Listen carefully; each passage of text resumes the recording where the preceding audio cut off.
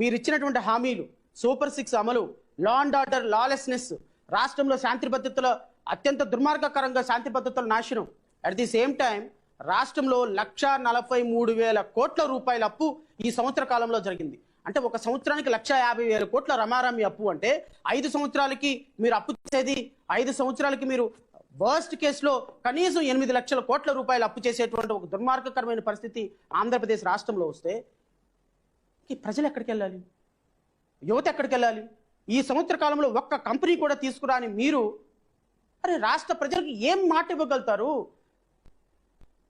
మీరు మీ ప్రెస్ మీట్లు పెట్టడానికి, పోటీ పడి ప్రెస్ మీట్లు పెట్టడానికి ఉన్నంత ఉత్సుకత, రాష్ట్రంలో పరిశ్రమలు తీసుకొచ్చామని చెప్పడానికి డబ్బాలు కొట్టుకొని మీడియాల ముందు కూర్చొని మాట్లాడటానికి ఉన్న ఉత్సుకత, ఈ రాష్ట్రంలో పెట్టుబడులు తీసుకొచ్చే విషయంలో కానీ, ఎంప్లాయ్మెంట్ ప్రొవైడ్ చేసే విషయంలో కానీ, ఇన్వెస్ట్మెంట్లు తీసుకొచ్చే విషయంలో కానీ, కొంత కంపెనీలు క్రియేట్ చేసే విషయంలో కానీ, రాష్ట్రంలో లా అండ్ ఆర్డర్ని మెయింటైన్ చేసే విషయంలో కానీ కనీసం పరిజ్ఞానం లేని ముఖ్యమంత్రి, మంత్రివర్గం రాష్ట్రంలో ఆర్థికంగా సంపద సృష్టిస్తా, జగన్మోహన్ రెడ్డి ఇచ్చేదానికంటే 15,000 కోట్లు 15% ఎక్కువ ఇస్తా.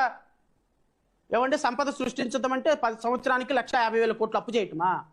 సంపద సృష్టించమంటే ప్రజలకు అర్థం కావాలంట, ఆర్థిక పరిస్థితులు ప్రజలు అర్థం చేసుకోవాలి. 40 సంవత్సరాలు రాజకీయవేత్త నువ్వేం చేసావు?